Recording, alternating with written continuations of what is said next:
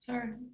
No worries. Very Nice to meet exciting. you all. I prepared a presentation for you guys, so let me share that.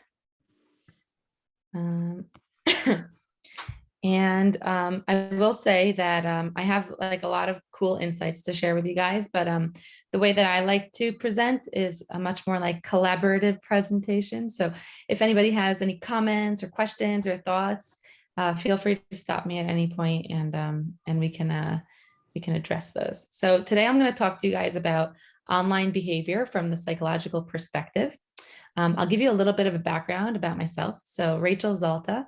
I am currently leading what is called the creative shop at Taboola. Are you guys familiar with Taboola? Yes. Today's actually a very exciting day for Taboola. Oh, really? Why? Yeah, yeah. Anyways, so my background is in psychology.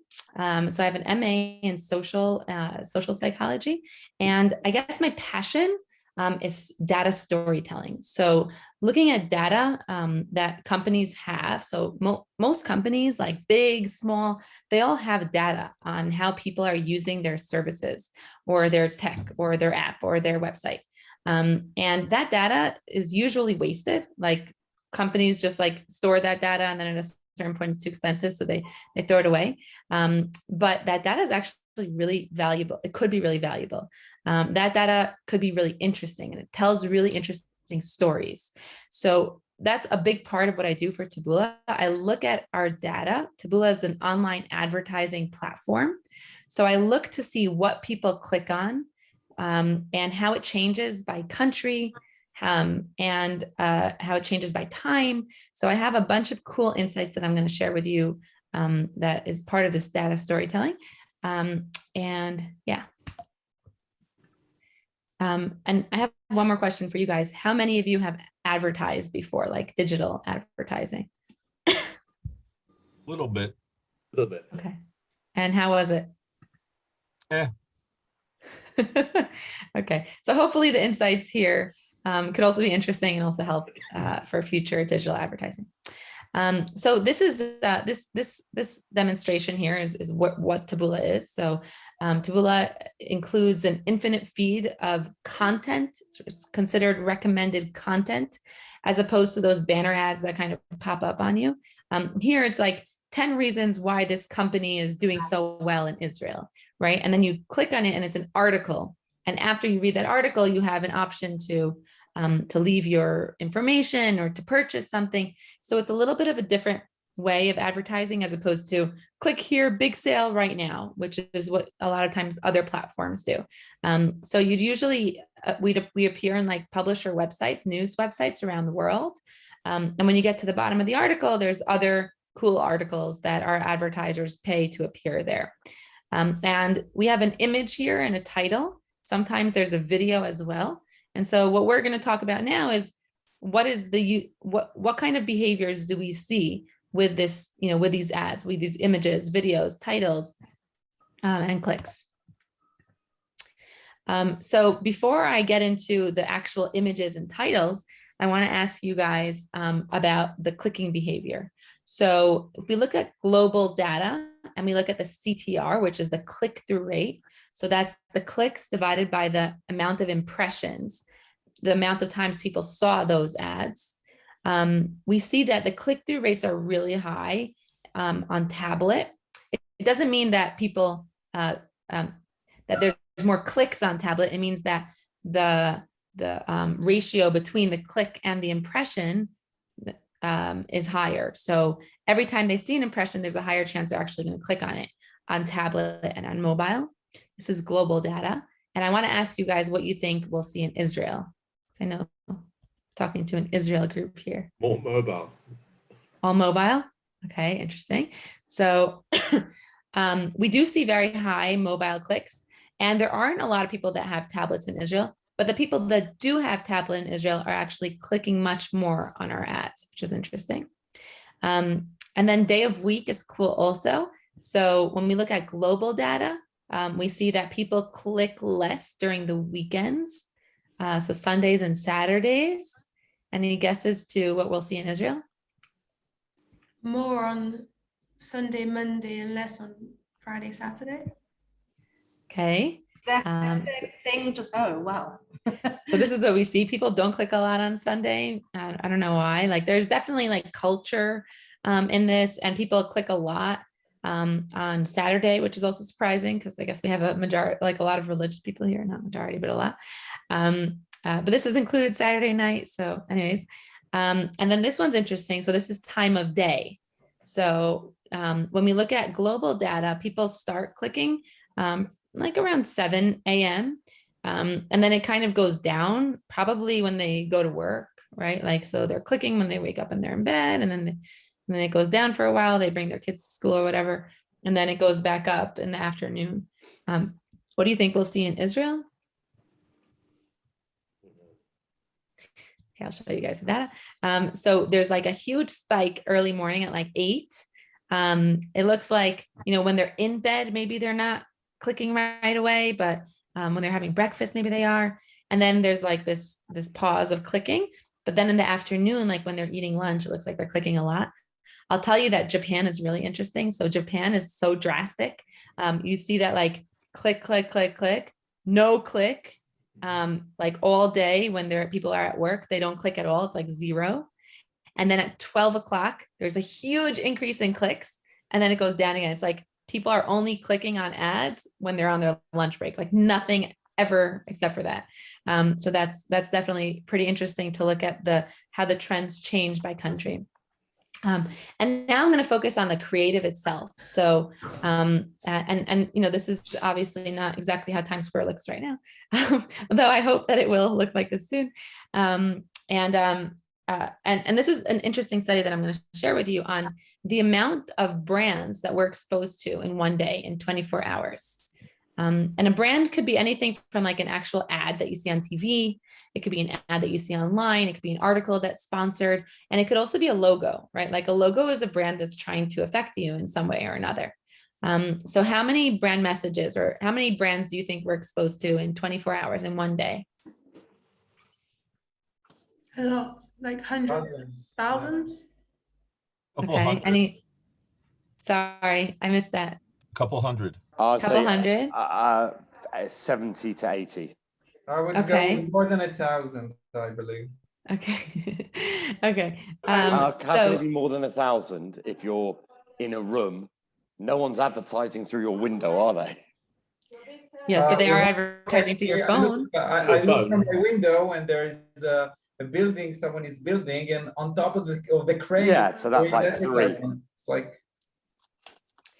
So, sorry, Liara, what were you saying? 500.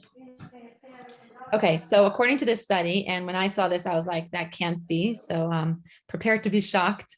We are exposed to 10,000 brand messages in one day. And when I saw this in the beginning, I was like, no, that can't be. This is according to the American Marketing Association. So this is in the United States, and this is pre-COVID. I don't know what COVID did to this number. I assume that the number actually went higher.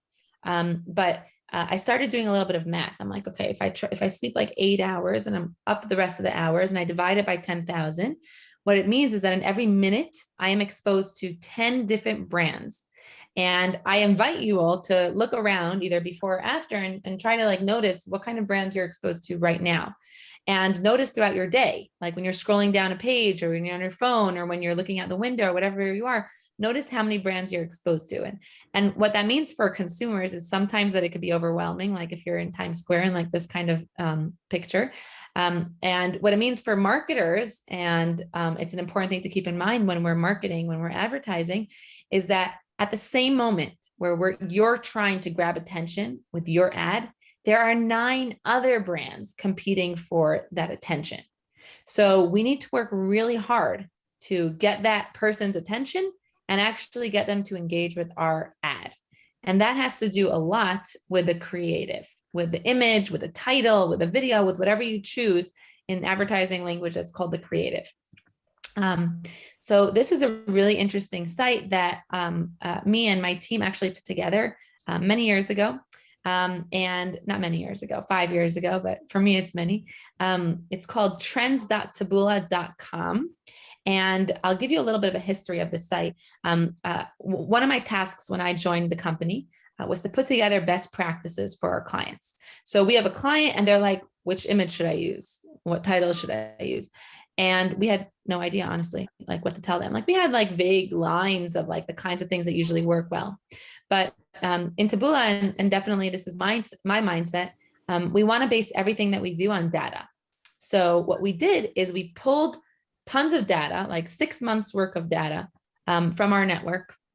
We looked at what people click on and we analyzed it for best practices. So we looked at photos and the average CTR, the average click-through rates for all photos versus the average click-through rates for everything that was an illustration. And the average click-through rate that everything images with a person, and the average click-through rate for all images without a person.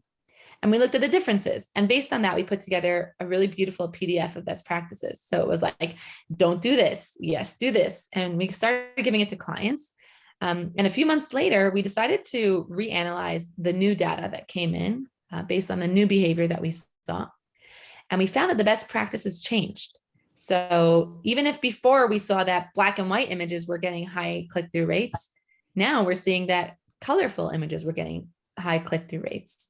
And what we realize is that we can't give our clients a PDF of best practices. That's not what works in advertising. Of course, like for sure, not online on advertising, because the trends are changing all the time. So what we wanted to do is put together a resource that actually tells you what's working right now. So this site analyzes all of our data on a weekly basis on Sunday, and it tells you what kinds of things are working better. So I think this site is really cool. Feel free to take a look at it and to use it as inspiration next time you put together a digital advertising campaign. And then one more thought before we dive into it that I like to recommend. I'm sorry, was there a question? Okay. One more thing that I like to do and I like to recommend to do is to put yourself in the consumer's shoes. So we're all consumers. We're all different kinds of consumers. We all click more, click less, click on different things online specifically. And what I want to invite you to do is to notice what kinds of things are grabbing your attention when you're online. What kinds of things make you want to click? What kinds of things make you want to purchase something? Understanding your own consumer behavior is going to be helpful when you're trying to put together a campaign for other consumers. Okay, and now we're going to talk about our general best practices, which sometimes change, right? As I told you, there are always trends that are changing online, but these kinds of things are pretty, like they're usually what we see on our network. And when we think about creatives, when we think about the image and the title and the video and the kinds of things that we choose, the kinds of things that are going to grab that attention, right? When there are 9 other brands there are 3 steps that we need to keep in mind. The first is to choose a creative that's going to get people to notice, okay?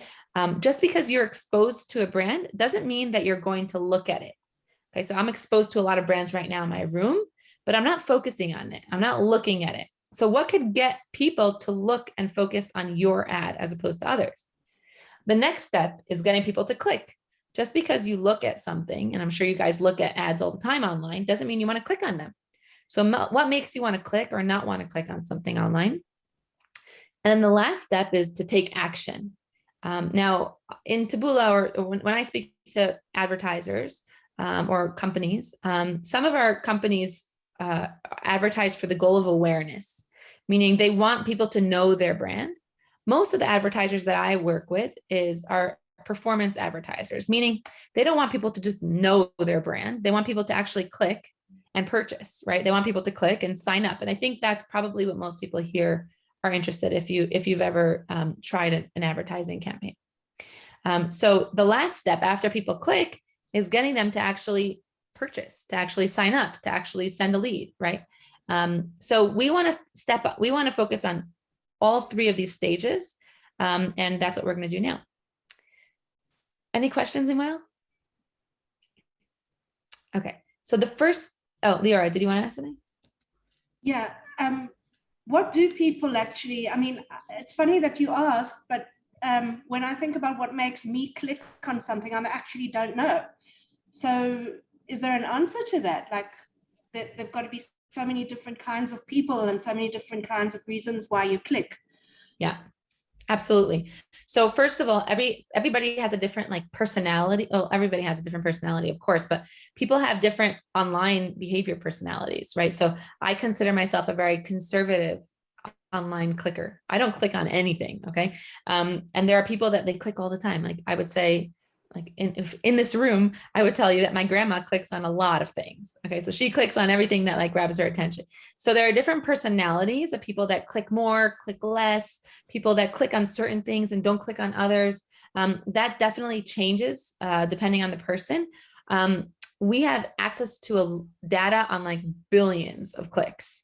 And so I don't look at it as a personality. I look at it as like, this is usually what works. It totally might not work for you, Leora, but it will work on most people. And sometimes when you're going to think about your advertising campaign, you might want to consider who your target audience is and what their personality is, right? Like what kinds of things they would want to click on, what kinds of things they won't want to click on. So definitely that's something that you want to take into consideration. Cool. And I only see 5 of you because I have to like look down every time. So feel free to stop me if you have any questions, even if you're raising your hand and I'm not looking because I just don't see everyone. Okay. So the first step of the funnel is getting people to notice, right? We need eyeballs to be on your ad or on your creative as opposed to the 9 other brands or the content that they're reading or the video that they're watching, right? So what gets us to notice things? So the first thing that we find that works really well is adding a person to your image or to your video. There are a lot of reasons why people grab our attention or grab our eyeballs. The reason I like to talk about is like a survival reason. So if I was in this room with a lion, who would survive, me or the lion? You guys don't know me yet. But Helena might not. Just kidding. I would not survive. The lion would survive. But what happens is if I meet a friend and another friend together as a community, we're able to build defenses against dangerous things like lions or against other dangers. So part of what helped humans survive is not their strength, right? But it was their ability to make social ties, social connections. And that's one of the reasons why when we walk into a room, the first thing we do, and again, I invite you to notice these things, is we look around to see who else is here. And that's an instinct that we do automatically. We can't really control it. And that same instinct happens when we're online. So we'll be scrolling down a page and our instinct is to look for other people. So if you could include a person in your ad, that's going to get attention, especially if that person is emotional in any way. So we found in average, we see a very strong increase for click-through rates and even conversion rates when the person is emotional in the picture, any kind of emotion. And another interesting thing is on eye contact. So do you guys ever feel like that tingling feeling behind your like neck when someone's looking at you, even if you can't see that person? There's a lot of research on like eye contact and people looking. And so we found, and this is really cool, that when the person feels like they're looking directly at us, and this picture, I don't know if you guys feel it, but like this guy feels like he's looking at us, that also grabs a lot more attention. And how do you choose a picture that it feels like they're looking at you? When the picture was being taken, this person looked directly at the camera when it was being taken. And that's when it translates to like eye contact later on, and that could work really well for attention. And then this was an interesting thing that we found in COVID. It's actually not true anymore, but what we found is that during COVID, people that were touching, hugging, kissing, that actually didn't work as well. So that's really cool when you see like real life events actually play a part in digital advertising and digital behavior. Another way of getting attention is by using cute pictures or cute videos, including animals, including babies or anything else cute. You can't always do that, right? Like I work with finance brands and it's very hard to like insert cute dog into credit card ad, you can't really do that. But if you can, there are companies that can do this. People enjoy to look at cute things, right? Like I have 3 nieces and I love hanging out with them and looking at them and smiling at them. What researchers found is that the areas of our brain that are active when we fall in love or when we eat chocolate are those same areas that are active when we look at cute pictures. So if we're trying to think about like, how do we grab attention? Using cute pictures is a great way to grab attention because we like to look at that. Colors is a really interesting topic. So I'll have like companies coming to me and saying like, I only want to use red in my ad. And I'll be like, okay, it's a little more complicated than that. There are also theories or people that come with me with these like wheels of colors, and they'll say, well, I want people to feel surprised, so I'm going to use this shade of yellow, or I want people to feel like relaxed, so I'm going to use this shade of blue. That is actually not proven from the research standpoint. There are a lot of other things that mediate the connection between color and emotion. So for example, there are studies that show that people that celebrate Christmas feel happy when they see like red and green. And maybe people that are, you know, very Zionist will feel happy when they see blue and white, right? So there are a lot of like cultural and personal relationships between people and color. So that this changes all the time. I'm seeing that they're like chats. So guys, feel free to stop me, Helena, or anybody else if there are any questions, but I'm going to ignore them for now, unless somebody stops me. So basically emotion and color is complicated, and attention and color are complicated. So it's not true that red always grabs attention.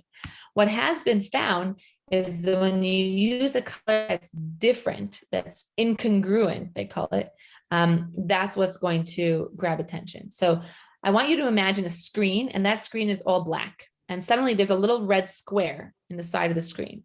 Where is your eye going to look? It'll look at the red square.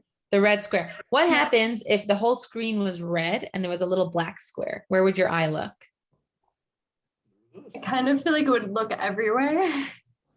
So no, according to eye tracking studies, your eye will look towards that little black square. So again, it's not that a certain color is always going to grab attention, but it's the color that's different that's going to grab attention. Now, when we try to think about this online, and I showed you guys before that like endless feed of like the different ads that we see on like Taboola or any other platform that you'd want to advertise in, one of the tricks is looking at what are other people using? What colors are other people using on this feed? So for example, there are advertisers on my end that they'll see that everybody's using colorful pictures. And then they say, I'm going to use a black and white picture. And that works really well because black and white is like it pops up on that feed. It's very different than the rest of the colors. What happens sometimes is that a lot of other advertisers realize this too. So they all change to black and white. And then it's not different anymore, right? And then the color grabs more attention. So color is complicated. There's no like clear-cut answer here. It's something that you have to test and try new things all the time if you do choose to advertise in digital space. And then another interesting thing is video. So as opposed to a lot of companies that will just use an image and a title, one option is also to use a video. And one of the reasons why video is so good for attention is because it's almost impossible for us to ignore a video. If we think about it from a survival perspective, again, if something is moving in the side of our eye, we have an instinct to look towards that thing that's moving really, really quickly, because that thing that's moving could be something dangerous, right? Or it could be food or something else. So our instinct is always to look towards things that are moving, again, offline and online too. So if we want to grab attention, using movement is really helpful. I will give one comment there that we also have another like thing that our brain does is ignoring banner ads. So there's a lot of research on banner blindness and on us like focusing on the middle of the page and ignoring the right rail because we're so used to seeing banners there, and our brain associates banners with annoyance. So we try to ignore them as much as possible. We don't like to look at banners. So our brain's like, don't look there, focus on here. A lot of times when my advertisers, the advertisers I work with, use banner-like videos that like move really quickly and just, like feels like trying to sell something to them, that actually does not work well. So we want to incorporate movement, but we don't want it to feel too much like a banner because our brain ignores banners. So definitely not something that I would recommend to do. Most of the things I'm talking to you guys about, it's like not as clear cut as I would like. It's not like black and white, right? It's not like use movement, don't use movement. It's use movement, but not too much movement. And to figure out what that balance is for you, you'd have to test. And that's like really the only way to figure out what's right. So before I move on to the next step, which is getting people to click, I want to ask if you have any questions. I have a question. So how do you stay up to date with all these trends that are always changing and shifting? So how do you do that? Yeah, so that's I mean, that's one of the advantages to working for a company that gives you access to all that data. So we collect billions and billions of like data points all the time. The truth is, every company, like if any of you have an app or a website, like you're all collecting data all the time, and you can all look at the most recent trends, and you should look at all the most recent trends on a regular basis. One of the reasons why I put together the website, the trends.taboola.com website, is exactly because of that, Elisheva, because it was really hard for us to like always analyze the data again and again and again. And this website was a way for us to just do that automatically. And all we have to do is like look at the site to see what's working right now. So yeah, that's a good question though. I have a question. Yeah. I would say that I'm more like what you did, how you described yourself. Okay. I could say I resent ads. I see them as something annoying. I never click on anything, and I use my rather broad technological abilities to block them wherever I can. I pretty much succeed. My question is, would a system, an AI or automatic system like yours, would consider maybe recognizing my sort of consumers and perhaps show me less in order to make the things you do want to show me more attractive, because the amount of ads, as you said, is enormous, and it makes me just block everything out. Yeah. Is there some thought about less is more? Well, the thing is, we like Taboola can only control Taboola. So if you might see tons of ads on Facebook, if you're on Facebook, or tons of ads on banner ads on sites, and you might see tons of that like the company I work for can't control that. So the only thing that in theory we would be able to control is like the ads that appear in the bottom of the article on websites. I don't know how much that would impact your life or not, but we do have an algorithm that our algorithm is supposed to.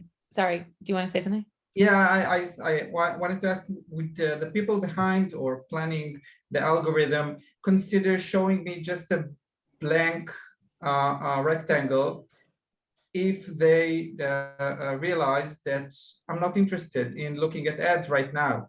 I need a certain information. Yeah. That's why I came to this page. And let's say I scroll very fast or I'm very focused.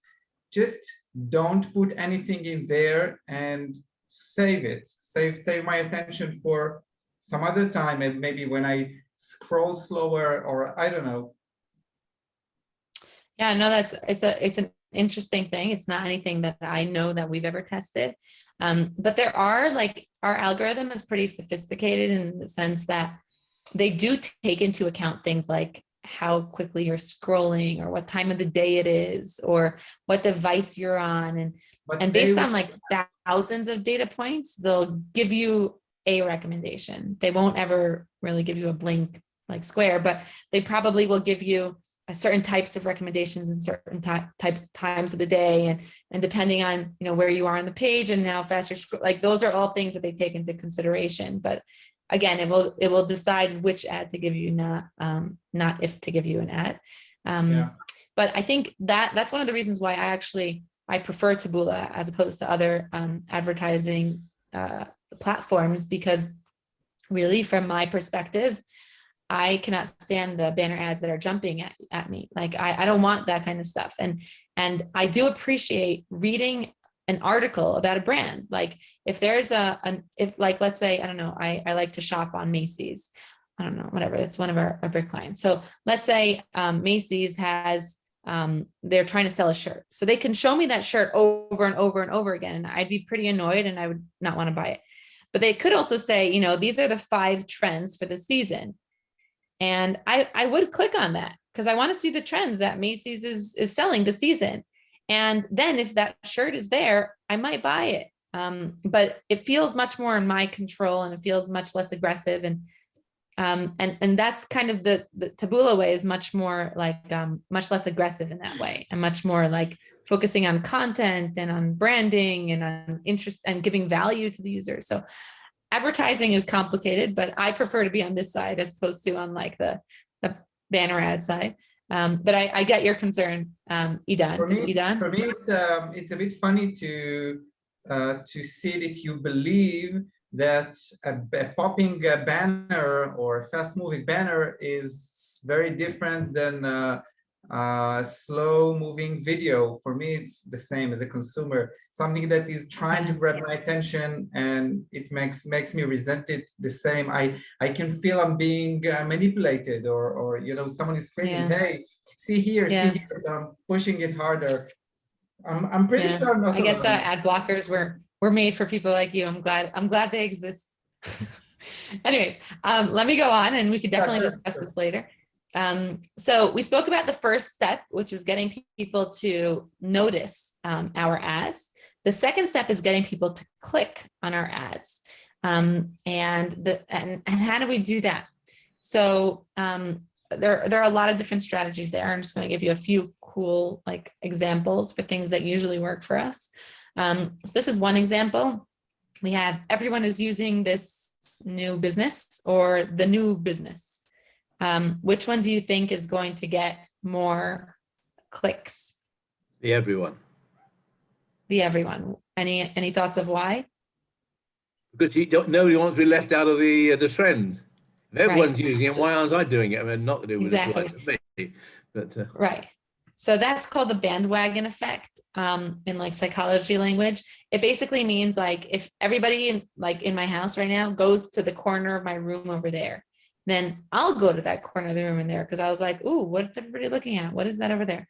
Now, in terms of the language, you don't have to say everyone is using. There are many other ways of like making people you know, like of getting that feeling of like everybody else is using. So a lot of apps will say the number of users or number of downloads that they've actually gotten in the last month. There are many ways to kind of talk about that, but the bandwagon effect is definitely one way to get more attention and to get people interested enough to actually engage and click. Another example is this one. So on the left, we have don't buy furniture until you see this, or this site has the best furniture you can find.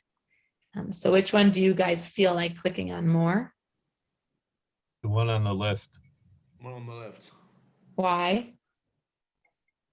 Because maybe there's a reason that you shouldn't buy furniture. Warning. They want to, it's like a hidden thing. I disagree. I would click on the right. Okay, so there are definitely like personalities involved, so it's okay that we disagree. But what we see is that when you're able to create like a type of FOMO, you know, like don't buy furniture until you see this, like, am I missing out on something? Is the site like offering something that like I can't get anywhere else? And that can be a great way to get people to engage. This is another one. So this is like an app, like a game. So on the left, according to the reviews, this is the game of 2021, 2019, whatever. This is the game. So this kind of ties into like the bandwagon effect. It also increases the sense of trust when we say according to the reviews. I'll tell you that like a lot of businesses that I work with will say things like according to the US government or the Israel government, according to experts, according to top surgeons. Of course, like on Taboola, it has to be true. You can't like make up that it's according to the top surgeon if it's not.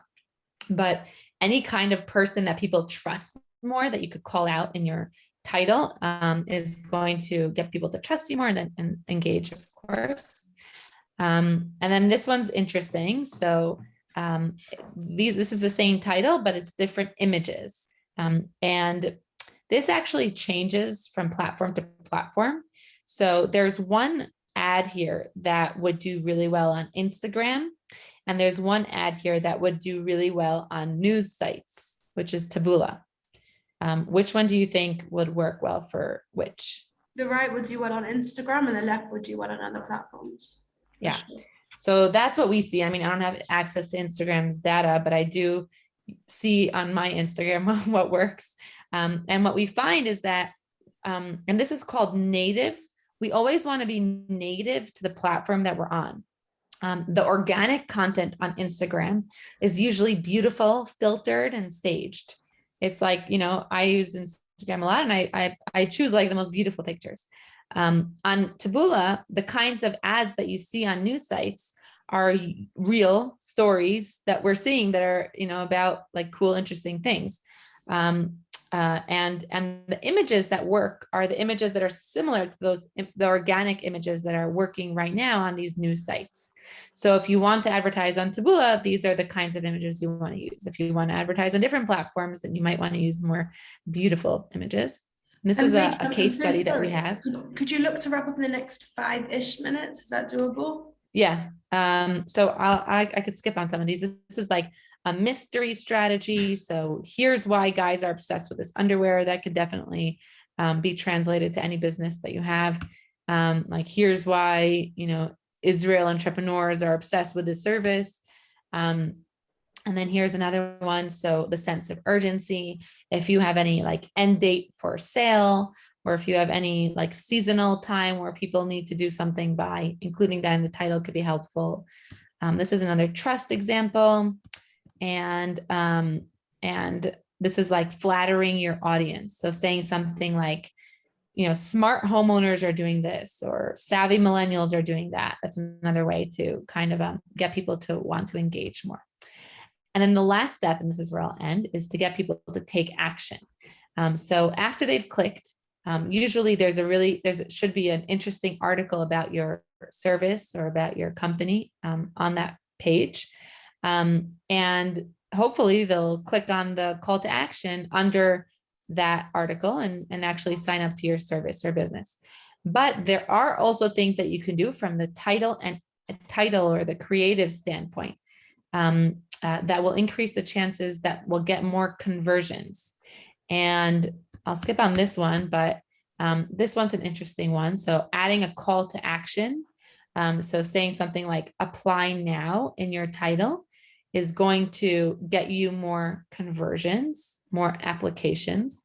The reason why, there are a few reasons why, but I like this reason. So if you saw this ad online, certificate course in digital marketing, a lot of people might click on it.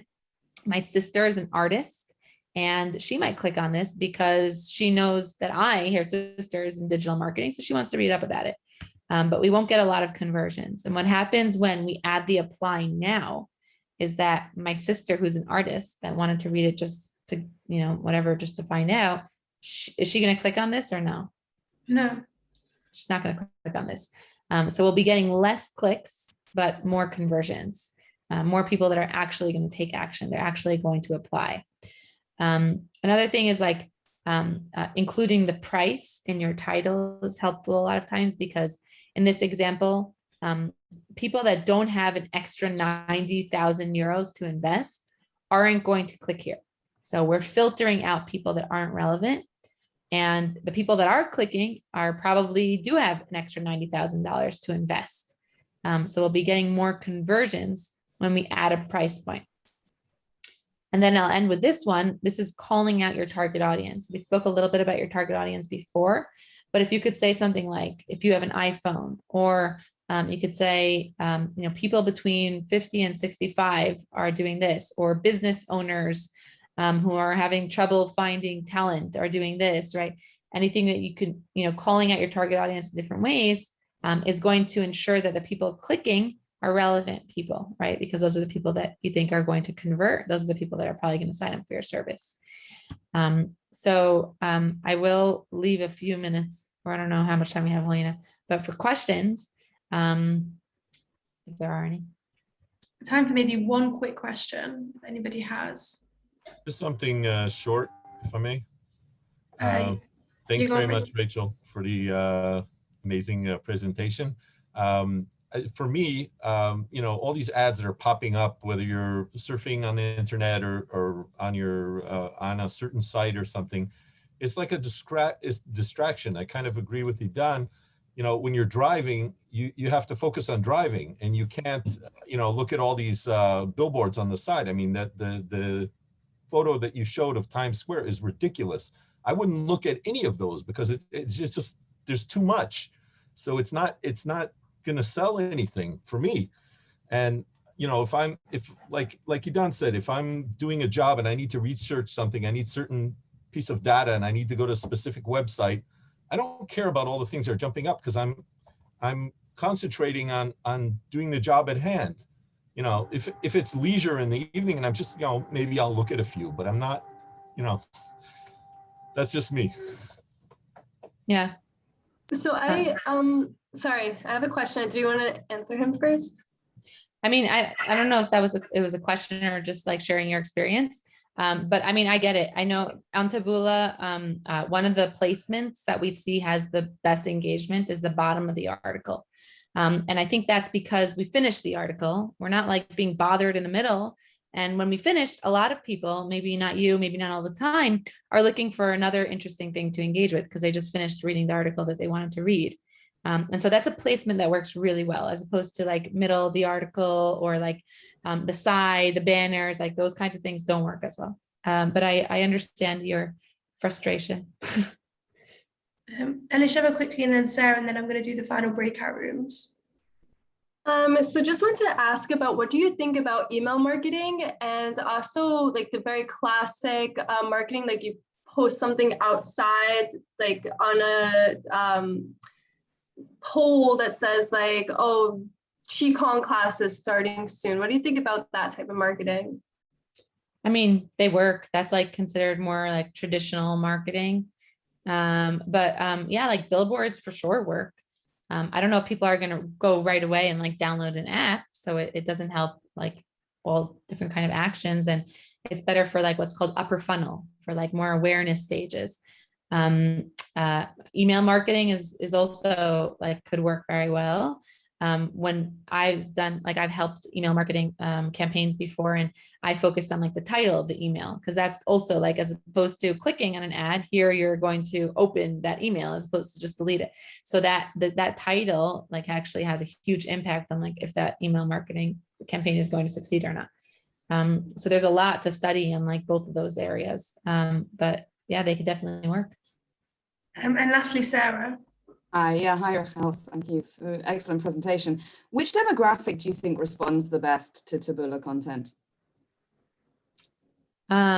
Which demographic responds the best? I don't really think it's a specific demographic that responds the best. I think it's like the best campaigns that know how to target the right audience in the right way is going to respond the best. I will say that we do have an agreement with MSN, which is like Microsoft's like Chrome. How many of you guys use MSN as your default browser? Like Explorer as your default browser? Is anybody here? Well, a lot of people in the world do. And if you do use it as your default browser, then you see MSN, which is like, they have like their own news aggregator. You see that as like your first page, your home page. And Taboola has an agreement with them. And the people that use MSN are usually an older demographic. So we do have access to like a huge older demographic, just because those are usually the people that are on MSN. But it really depends on the campaign. I would have to guess there are also people who have more time, more leisure to click. Yeah. Because I agree with the ad avoiders in the group that at our age and younger, people are running around and they're not reading articles that they were not recommended by their friends on social media. Mm-hmm.